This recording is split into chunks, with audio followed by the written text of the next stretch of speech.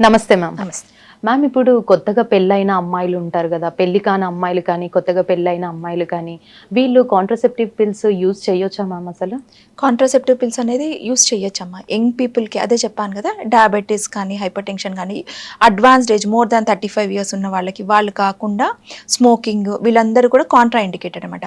Young people వాళ్ళే ఈ oral contraceptive pills అనేది యూస్ చేయొచ్చు. మ్యామ్ ఇప్పుడు కాంట్రాసెప్టివ్ పిల్స్ అనేటివి ఉన్నాయి గదా! ఇవి ఇంకా ఎక్కడ యూజ్ చేస్తారు మ్యామ్ ఓరల్ నార్మల్‌గా? కాంట్రాసెప్టివ్ పిల్స్ అనేది చాలా కండిషన్స్‌లో యూస్ చేస్తామమ్మా.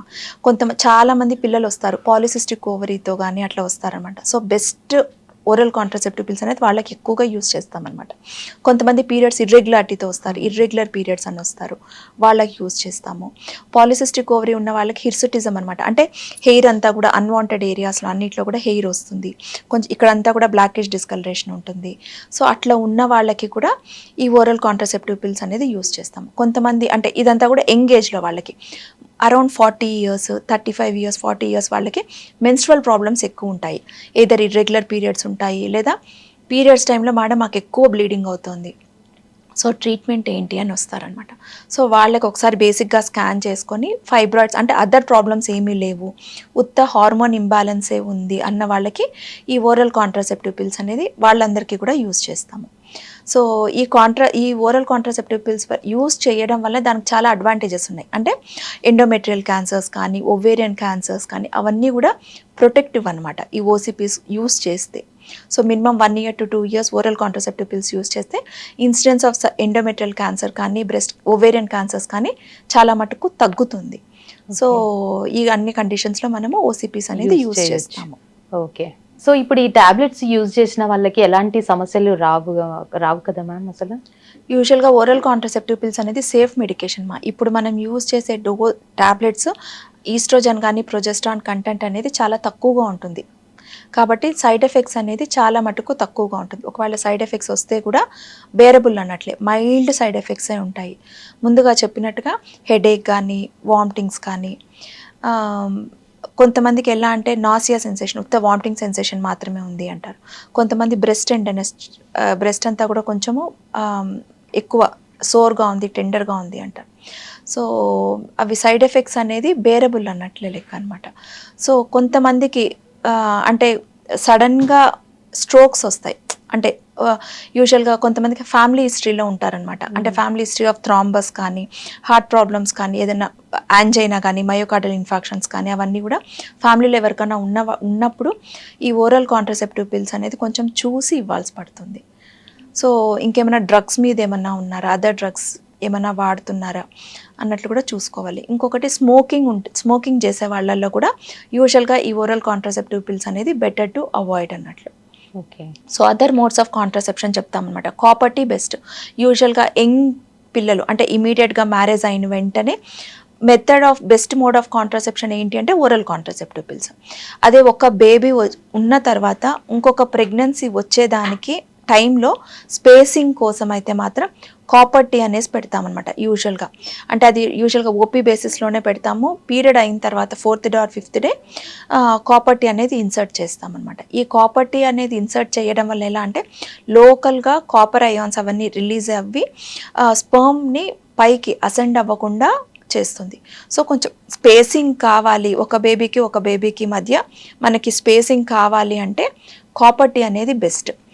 ఈ ఓరల్ కాంట్రాసెప్టివ్ పిల్స్ కానీ, కాపర్ టీ కానీ అన్నీ కూడా టెంపరరీ మెథడ్స్ ఆఫ్ కాంట్రాసెప్షన్. అంటే మనం యూజువల్గా ఈ ఓరల్ కాంట్రాసెప్టివ్ పిల్స్ స్టాప్ చేసిన వెంటనే చాలామందికి వితిన్ 2 to 3 monthsలోనే నార్మల్గా సైకిల్స్ అనేది రెగ్యులరైజ్ అయిపోతుంది. ఈ కాపర్ టీ కూడా అలానే తీసేసిన వెంటనే ప్రెగ్నెన్సీ అనేది ఇమీడియట్గా అంటే నెక్స్ట్ సైకిల్ నుంచినే మనకి ప్రెగ్నెన్సీ ఛాన్సెస్ అనేది ఈక్వల్గా ఉంటుంది. ఇది ఓరల్ కాంట్రాసెప్టివ్ పిల్స్ మీద మోస్ట్ కామన్ మిత్ ఏంటి అంటే మేడం ఈ టాబ్లెట్స్ వాడితే మాకు నెక్స్ట్ పిల్లలు పుడతారా అన్నది చాలామంది అడుగుతుంటారు మమ్మల్ని. నెక్స్ట్ ప్రెగ్నెన్సీ వస్తుందా, ప్రెగ్నెన్సీ రాకుండా అయిపోతుందేమో అంటారు. అది కంప్లీట్ మిత్ అండి. ఫర్టిలిటీ మీద అంటే పిల్లలు పుట్టకుండా ఉండేది అలా ఏమీ లేదు. సో ఆ హార్మోన్స్ ఆ వరకే 1 or 2 months వరకే యాక్ట్ చేస్తుంది. దాని తర్వాత కంప్లీట్గా విత్డ్రా అయిపోతుంది మన బాడీ నుంచి. సో యూజువల్గా నార్మల్ ఓవ్యులేషన్ కానీ అన్నీ కూడా స్టార్ట్ అయిపోతుంది వితిన్ 2 to 3 months. సో పిల్లలు పుట్టరు అనేది అది కంప్లీట్ మిత్ అనమాట. ఇంకొక మోస్ట్ కామనెస్ట్ మిత్ ఏంటి అంటే ఓవేరియన్ సిస్ మేడం మేము ఈ టాబ్లెట్స్ వేసుకున్నాము, అప్పటి నుంచి మాకు సిస్ట్లు స్టార్ట్ అయ్యాయి మేడం, అంతకుముందు మాకు సిస్ట్లే లేవు మేడం అని అడుగుతారు. ఓరల్ కాంట్రాసెప్టివ్ పిల్స్ అనేది యాక్చువల్గా సిస్టిక్ ఓవేరియన్ సిస్ ఉంటే అది one of the treatment modality. అంటే ట్రీట్మెంట్కి ఓసిపిస్ ఇస్తాము. సో ఓరల్ కాంట్రాసెప్టివ్ పిల్స్ వల్ల సిస్ట్లు వస్తాయి అనేది లేదు, చాలా మటుకు ఛాన్సెస్ చాలా మటుకు తక్కువ అనమాట. So best method of contraception other than అంటే ఇప్పుడు ఈ కాలంలో అంటే అన్వాంటెడ్ ప్రెగ్నెన్సీస్ కంటే ప్రెగ్నెన్సీ వచ్చి అబార్షన్ చేసుకునే దాని బదులు ఓరల్ కాంట్రాసెప్టివ్ పిల్స్ అనేది యూస్ చేస్తే చాలా మంచిది. ఓకే. అంటే ఇప్పుడు కొందరు ఇట్లా అనుకుంటారు కదా మ్యామ్, ఒక బేబీ పుట్టిన తర్వాతకి మళ్ళీ ఒక 2 years అట్లా గ్యాప్ తీసుకొని మరి అట్లా తీసుకుందాం అనేసి అనుకుంటారు కదా మ్యామ్. అట్లా 1-2 years కూడా కొందరు తీసుకున్న వాళ్ళు ఉన్నారు. సో అట్లాంటి వాళ్ళు అన్ని ఇయర్స్ అట్లా వేసుకుంటే ఏం ఎఫెక్ట్స్ అట్లా ఏమి ఉండదా మ్యామ్ మరి? ఒక బేబీ నుంచి ఇంకొక బేబీకి స్పేసింగ్ ఉండాలి అనుకుంటే copper T best. Oral contraceptive pills మనం యూజువల్గా అడ్వైస్ చెయ్యము. ఎందుకు అంటే ఒక బేబీ వచ్చిన తర్వాత ఫీడింగ్ ఇస్తారు. సో ఫీడింగ్ టైంలో ఈ ఎఫిషియన్సీ అనేది తగ్గిపోతుంది. సో వాళ్ళకి ఇంకోటి ప్రొజెస్ట్రాన్ ఓన్లీ పిల్స్ అనేసి ఇస్తామన్నమాట. దానికంటే కూడా కంప్లీట్గా బెటర్ స్పేసింగ్ ఉండేదానికి కాపర్ టీ పెట్టుకొని స్పేసింగ్ తీసుకుంటే చాలా మటుకు బెటర్ అన్నమాట. ఓకే. ఇట్లా గ్యాప్ ఇన్ని ఇయర్స్ తీసుకోవడం అది బెటరేనా? యాక్చువల్గా మన డెలివరీ అయినప్పుడు ఏదైనా నార్మల్ డెలివరీ కానీ సిజేరియన్ సెక్షన్ అప్పుడు కానీ మనకి బ్లడ్ లాస్ అనేది అవుతుంది. సో ఆ మినిమం ఆ బ్లడ్ మనకి ప్రీ ప్రెగ్నెంట్ లెవెల్కి కానీ హిమోగ్లోబిన్ ఇంప్రూవ్ అయ్యేదానికి కానీ మన టోటల్ బాడీ మంచిగా స్టేట్కి వచ్చేదానికి మినిమం 1-2 years అనేది పడుతుందమ్మా. సో అందుకే మనం యూజువల్గా ఒక ప్రెగ్నెన్సీకి ఇంకొక ప్రెగ్నెన్సీకి స్పేస్ అనేది ఒక 2-3 years ఉండాలి అని చెప్తాం. ఓకే. సో ఏం కాదంటారు? ఏం కాదు, best time 2 years. 2 years. Okay. So ఈ టాబ్లెట్స్ యూజ్ చేయొద్దు లైక్ స్పేసింగ్ అంటే డిపెండ్స్ అనమాట. ఒక్కొక్క కేసు ఒక్కొక్క మాదిరి. కొంతమందికి కాపర్ టీ పెట్టలేకుండా పోతాము, వాళ్ళకి మనం ఓరల్ కాంట్రాసెప్టివ్ పిల్సే చెప్తాము. అట్లా ఒక్కొక్క కేసు ఒక్కొక్కటి. కానీ బెటర్ స్పేసింగ్కి ఒక బేబీకి మధ్య స్పేస్ కావాలి అనుకుంటే కాపర్ టీ కానీ లేదా హార్మోన్ కాంట్రాసెప్టివ్ డివైజెస్ ఉన్నాయన్నమాట, ఏదర్ మెరీనా కానీ అది యూస్ చేయొచ్చు. ఓకే. ఏమంటారు, ఏమైనా సైడ్ ఎఫెక్ట్స్ ఉన్న వాళ్ళు కూడా అట్లా యూజ్ చేయొచ్చా? కాపర్ టీ అనే దానికి కాపర్ టీకి most of the time side effects ఉండవండి. దానికి కూడా చాలా మిత్స్ ఉన్నాయి. మేడం అది పెట్టుకుంటే పీరియడ్స్ ఇర్రెగ్యులర్ అవుతుందా, ఇలా అవుతుందా, అలా అవుతుందా అని అడుగుతా. సో అంటే కొంతమందికి కాపర్ టీ అనేది పడుతుంది, కొంతమందికి పడకుండా ఉంటుంది. అది తీసేస్తే సరిపోతుంది కదా అట్లా.